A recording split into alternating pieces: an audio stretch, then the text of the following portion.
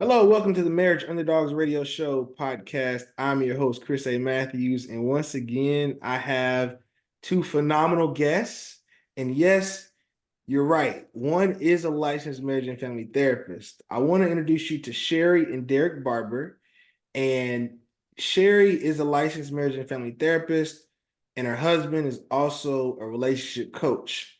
I have them on today to talk about their story. So just want to thank you guys for coming on. No problem. Sweet. Thank you. Thank you for having us.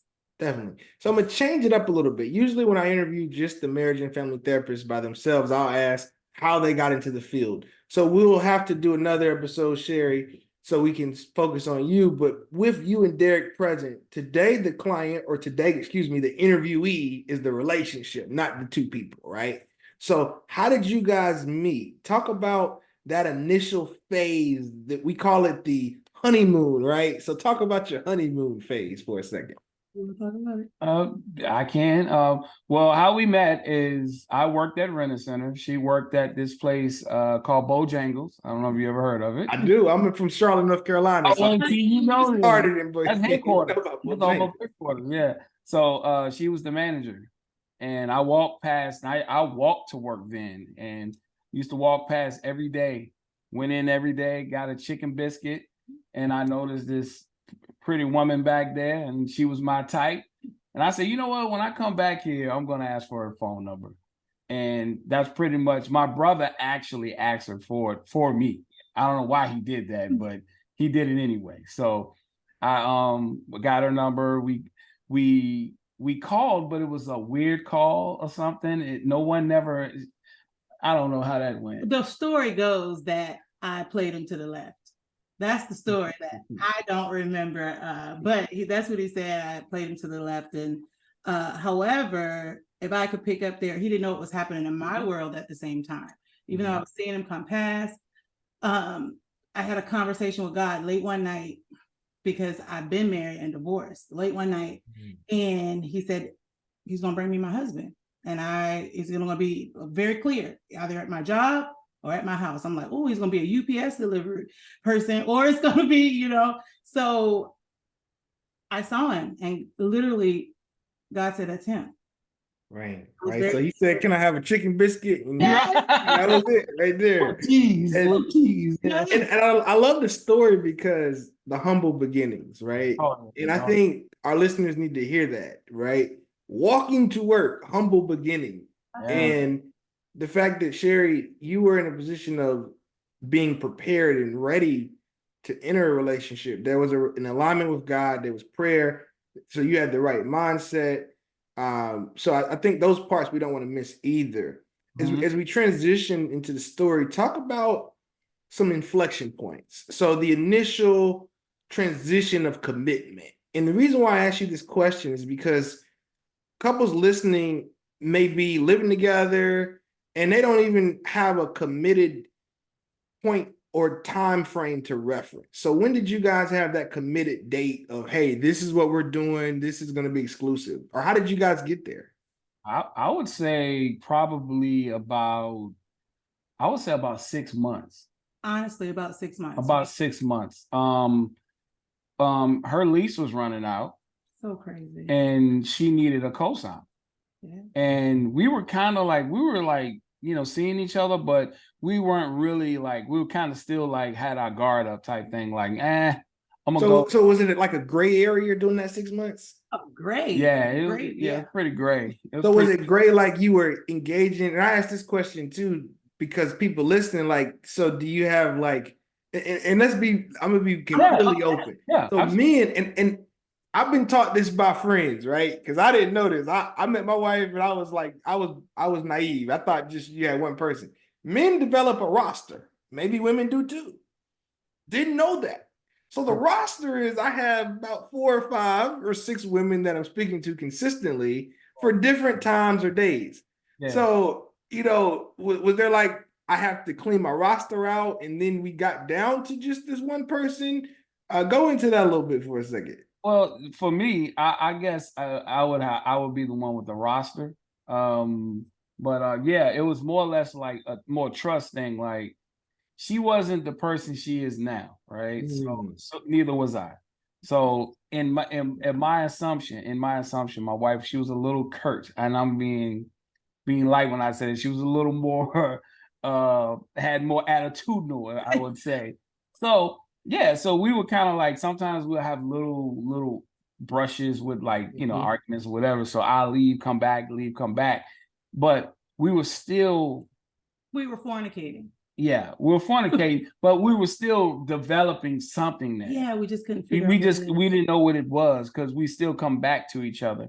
And yeah, it sounds like maturity. Like you guys were maturing. So it took 6 months of maturing together. Yes. And you gave each other that space to do that, it sounds like. Yes. And then once it got to a point where she was like, I got to move. I'm going to need a cosign. And she said, can you sign for me? I was like, yeah. And I never done nothing like that before in my life. Yeah. So looking back on it now, we know that God was in all of it, to be honest, because we actually got married because someone at a car dealership. You jumping ahead. You jumping ahead. It's so wild, but all within a year. So we were married within a year of meeting each other. Yes. And we only got married, we thought at that time, because this beautiful person at a car dealership said, hey, we can sell you this car, but it would look better if you're married. Yeah. So we're like, oh, okay. So we went and got married and never went back and bought the car. Never. But we realize now in hindsight that was, wow, whoever that was seeing something, right, that God had trying to share with me. And so, yeah, so we got married, which we had a child, a year later. Yep. It never went and got that neon. Yeah, whatever that was. Well, when you look at the story too, you have different types of intimacies, right? And you have financial intimacy. And we sometimes don't align money and finances with intimacy, but intimacy is connection. You guys connected around money, and that's extremely powerful, because men in particular will refrain from commitment until there's a certain security they have financially to provide. Sometimes women will be anxious to get that commitment before the man's ready to be at a level he thinks or feels like he needs to be financially. But in your situation, the finances is what brought you guys together, because you have to have trust to develop finances like that together. When you look at a cosign, that was an agreement of, hey, you're going to be mutually responsible for this commitment. So you were committing financially, which turned into marital commitments later, it sounds like. Yes. Yeah, it did. We didn't realize it, but it absolutely did. Yeah, it was because at that time I had no idea what credit was, what nothing was. I had nothing, zero credit, never signed for nothing, never had nothing in my name, anything. So that was the first thing I've ever done like that. Yeah, so we were growing up together. Yeah. Right. And that's a beautiful stage too, to grow up together. I mean, there's some I want to say adversity that comes with that, and that's where I want to transition to. So I'm hearing that within a year you get married, then excuse me, you have your child. When did you start to experience, I would say, that Mike Tyson, everybody's good till you get punched in the face moment? Very early. I think for me, I guess it'd be different for us both, but for me, it was kind of like after our child together was born, my son. It was after that you kind of started noticing certain tones, people telling you about tones. Hey, this, is everything okay type of thing. It wasn't in that way, but it was like someone reminded me, like, hey, like, like, y'all okay? I kind of heard the way she said that, or whatever the case may be. I started hearing, different things like that. So it started with that. And that's normal. A lot of men in particular, and women for that part, the whole system goes through a transition, because when you have a child, especially your first under 3, I look at that as a deployment. You know how military personnel goes off to battle? Yes. The goal of deployment is to come back safe and to come back alive. The goal of having a child that young is to keep the marriage together at all costs, because it's going to be stressful on both people. Sherry, what was your experience of your first inflection point, or Mike says you got to plan until you get hit in the face. Yeah, absolutely. I think back then, as I look back on it, I was into school. I wanted to do this. And a lot of what was happening at home, my husband severely neglected. I wasn't there. And so what happens is, because of what I'm doing in my own space, I have an expectation of him that I've not shared. Like, I need you to pick up the slack here. I need you to do that. So what happens is, because I'm not sharing these expectations with him, he doesn't know, and I'm building resentment. What are you doing? Because I'm doing all of this. What are you doing? And so it wasn't until, can I share? Go ahead. It wasn't until his girlfriend called me. Like, wow, okay. So, and just having to sit in that space, like, okay, what's really happening? What's really going on? And then having to ultimately make a decision about, are we gonna work on this? Because that's the harder stuff than to just walk away.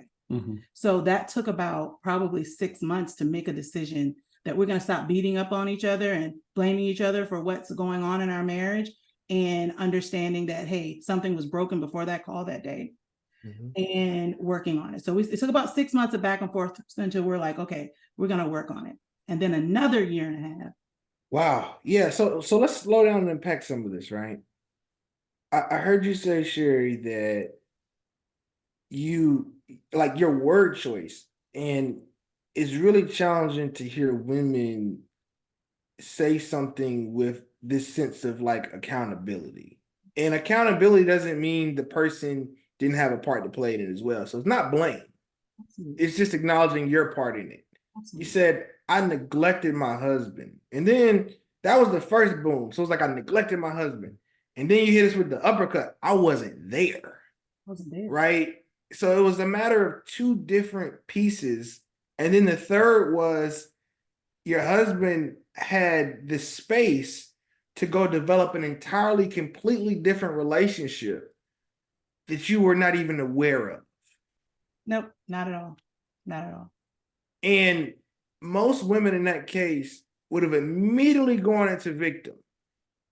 Talk about how you transitioned, because he still needed to be held accountable, right? Derick, you ain't out of the woods. It ain't like you're supposed to go get a girlfriend and you there. By no means. Right. So I'm not anybody listening. It's not like Chris is saying, well, this is all Sherry's fault. No, that's not what we're saying. No. But at the end of the day, it could have easily turned into this, see, you hurt me so severely, I don't have to be accountable for nothing.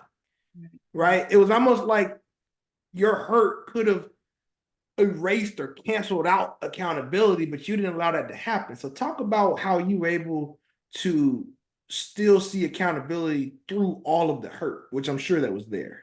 Yeah. Oh, was it? So that was at 6 months I was talking about before we made a decision. We were hurling back and forth. No, you're the blame. No, you're the blame. No, you're. And so we were still kind of making the issue the infidelity, instead of taking a step back and saying, wait a minute. It was a symptom. Yeah, of a bigger issue. And so to do that, I remember praying and saying, okay, God, looking in the mirror and saying, show me me. Show me who I am in this. And then, of course, I'm not sure what he was doing. We just said we were going to work on. And so he started working on himself, and I started working on myself and finding out, okay, what is happening here? What's happening? What do we need to do? And then again, that's the other year and a half. That other year and a half was actually sitting in the poop that was there.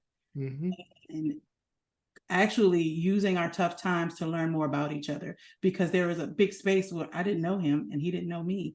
And so we didn't know how we had pivoted since we said I do. So that was a big part for us. That was hard. That was so hard. It sounds hard. Now go back to the individual piece, because Derick, I want to hear what that individual work looked like for you, because especially any men listening, I want them to gain understanding of what our individual work can look like.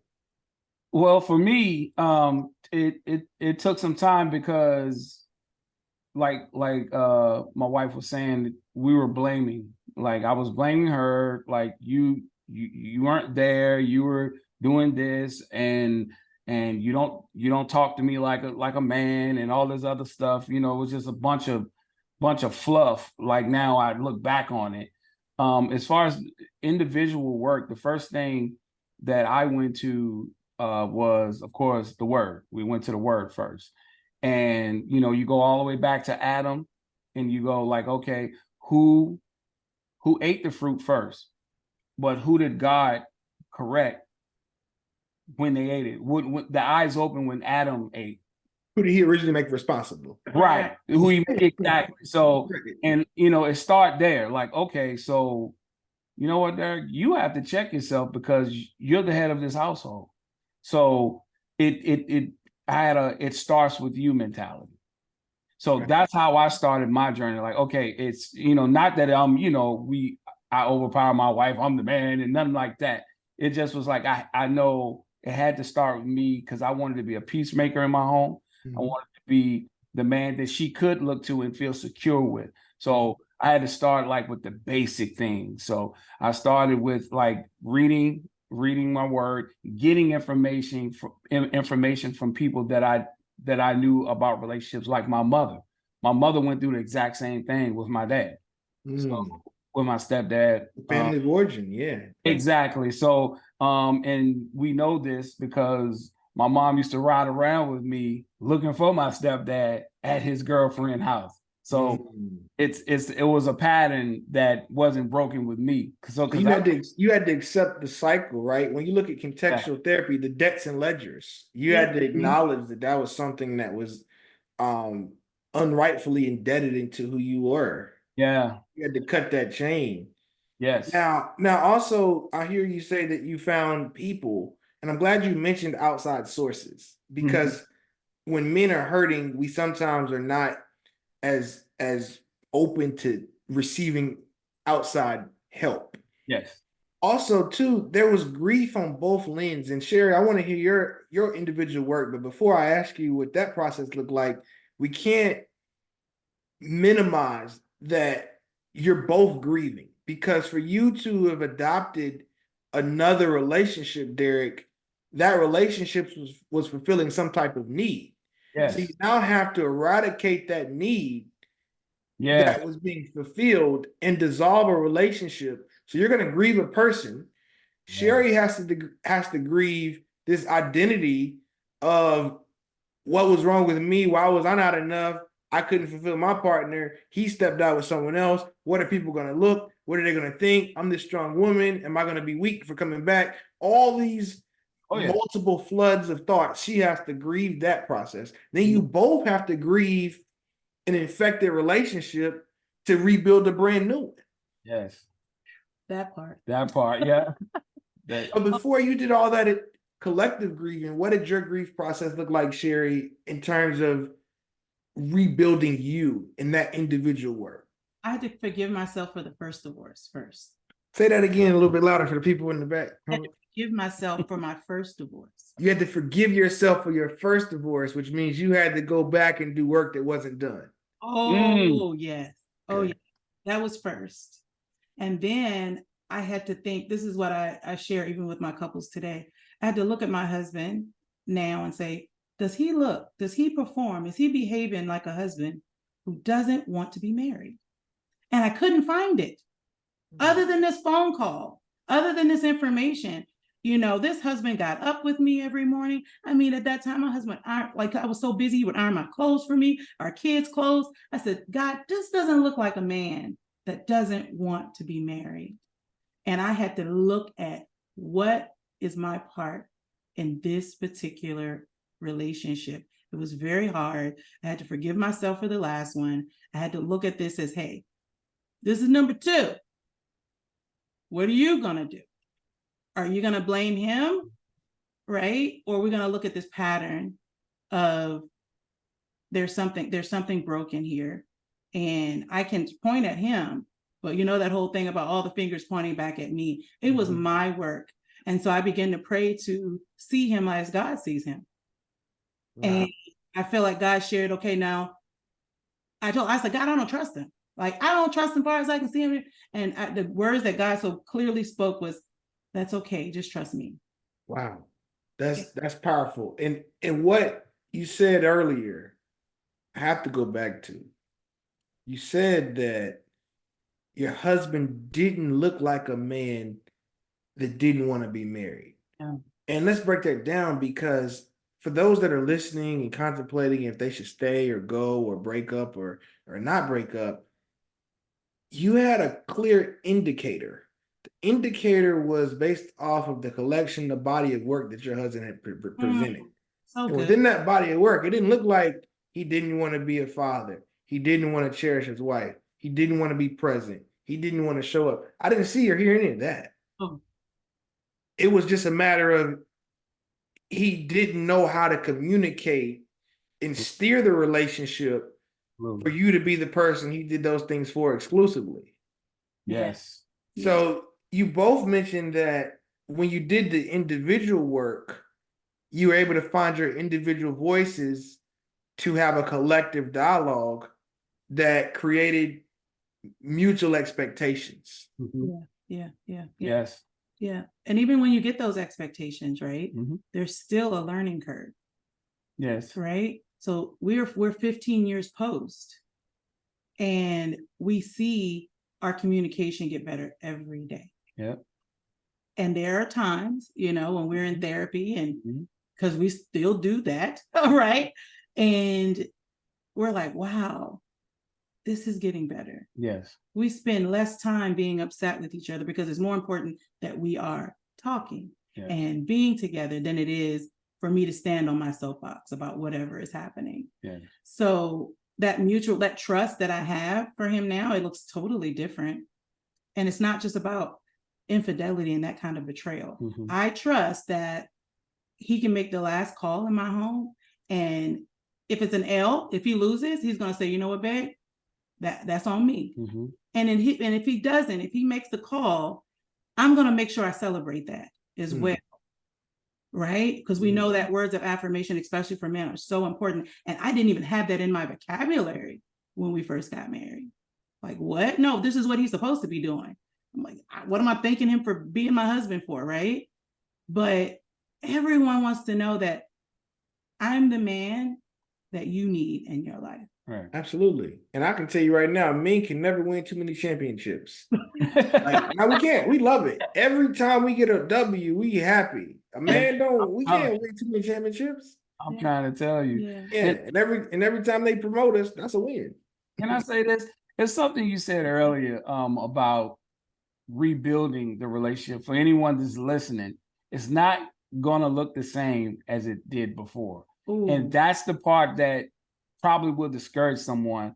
It's gonna look totally different. Yeah. Because my wife and I, we looked at each other a couple of times like, man, this feels different. Like, but it wasn't even in a good way at that time. Like, man, this feels uncomfortable. It was uncomfortable. So, but that building block was a catalyst to something way greater, something much more greater. And if you stick in there, you will see. Yeah. And it's just you gotta break the muscle down so it can build back stronger. And God allowed you guys to be broken down to build back so much more stronger. Very broke. Definitely. So as we kind of land the plane on this, what would you say? And Derick, you kind of already alluded to those that are listening, but I want to also hear from you, Sherry, as well. What would you say the major takeaway, if you could encapsulate all of what we've talked about and provide the couples listening some hope, what would that be? That if you really, really, really like love that person, if you really love that person, you will always give them a safe place to land. Because you have to understand that we are human. And once I started going to therapy and realized the things that I dragged into the marriage and unpacked it and realized what I was blaming my wife for, that I got from my mother or my, or whoever in your life, you have to understand that's not that person, first and foremost. And secondly, I would say that you always have to, I hate to keep using always, but you have to you have to have grace. If I could put it in a simple word, you have to have grace, because if you keep looking at that person because they keep saying the same thing, you have, okay, I know they keep saying this, but that's not them. That's not them. That's not them. This isn't, but most importantly, you change yourself, the other person will change. Yeah. I like that. Definitely. Yeah. How about you, Sherry? For me, I would say that and outside of the individual work is just for me, my faith is very, very, very strong, right? Mm-hmm. And especially in this space, it was made stronger, fortified. Mm-hmm. And my goal is to always look at him as God sees him, as progressing, trying, and move toward that space. Like it says, we go back to Adam and Eve again, as his support, as his helpmate, right? And I just begin to trust him in a totally different way. I trust that whatever decision that he's going to make, I also trust that he's hearing from God. That was big. Yes, right? First and foremost. First and foremost. And God helped me with that. But then I began to see him. I opened my eyes to see him as God saw him at. And that really helped me. It's nothing to encourage my husband now. It's nothing to say, hey, babe, thanks for taking out the trash, even though he does it every day. Right? Just to let him know, like, I always share, like, I see that you're not just looking for me to be the right one for you, but you're becoming the right one for me. And this is right. Yeah, and that's my goal to become what he needs, so that he doesn't have to go to old ways of handling his stress or anxiety, and for him to become what I need, so I don't have to go back to old ways of handling disappointment and anxiety and stress. So that's a goal, and it's something we work on every day. And now we're beginning to share that with our couples. Mm-hmm. We just opened up our new couples couch, and so we'll be actually helping couples to see it from that way. You can make this work. You can share some information. Do email me so I can put it in the show notes as well. But talk about that just briefly. You mentioned the couples couch, because couples may be listening and they may want to reach out and gain some assistance from you both. Yes. Oh my goodness. So yes, of course we're in Ohio. So we're actually officially doing this in Are you in Columbus, Ohio? Columbus, Ohio. Yep. We're officially, we just put out a splash page, so we'll get you all the information. But it really is a labor of love to share with couples, to actually give them what we've learned, right? Yes. What we've learned about how we can stay together. So this is more than therapy, right? This is mentorship. This is coaching. This is, hey, I can sit with you on this. I can create this experience for you to get. And as an imago therapist, in that whole space, just teaching couples how to talk to one another, right? How to hear one another, how to be still together is so important, because I do believe anyone who's willing to do this incredibly hard work, you will see reward. You will see fruit of it. But it is hard, and I don't mix words about that. Mm-hmm. I do not mix words. It is hard work. Well, I'm gonna share this with you guys in closing. You both have been such a blessing and help to others just by way of this interview. Your vulnerability, I thank you for. It's a testament too that you've done the work and you guys continue to do the work. And just the example you exhibited in the interview, the way that I see you locked arms now, even, and how Sherry was so patient before going and kind of going a little bit deeper. She said, can I say it? Like, getting that permission and request, and making sure that you were even in alignment as you spoke to me. So the small nuances, I recall someone mentioning that when you go hear a pastor, you don't look at the pastor, you look at the first lady. If she don't look like she believes in what he's saying, right, probably not practicing what he's saying. Exactly. I look at the opposite partner when the other one's talking, and that's kind of how I gauge if what they're saying is real. And I could see in both of your faces that it was authentic. And I just want to thank you both again for the opportunity to be interviewed. And those that have been listening, I'm your host, Chris A. Matthews, and this is Marriage Underdogs Radio Show podcast. We drop new episodes every Tuesday at 10 a.m. on Spotify and Apple Podcasts. I want to thank our guests, Sherry and Derick Barbour, once again. And I look forward to seeing you guys and tune in next Tuesday at 10 a.m. Thank you, Chris. Thank you.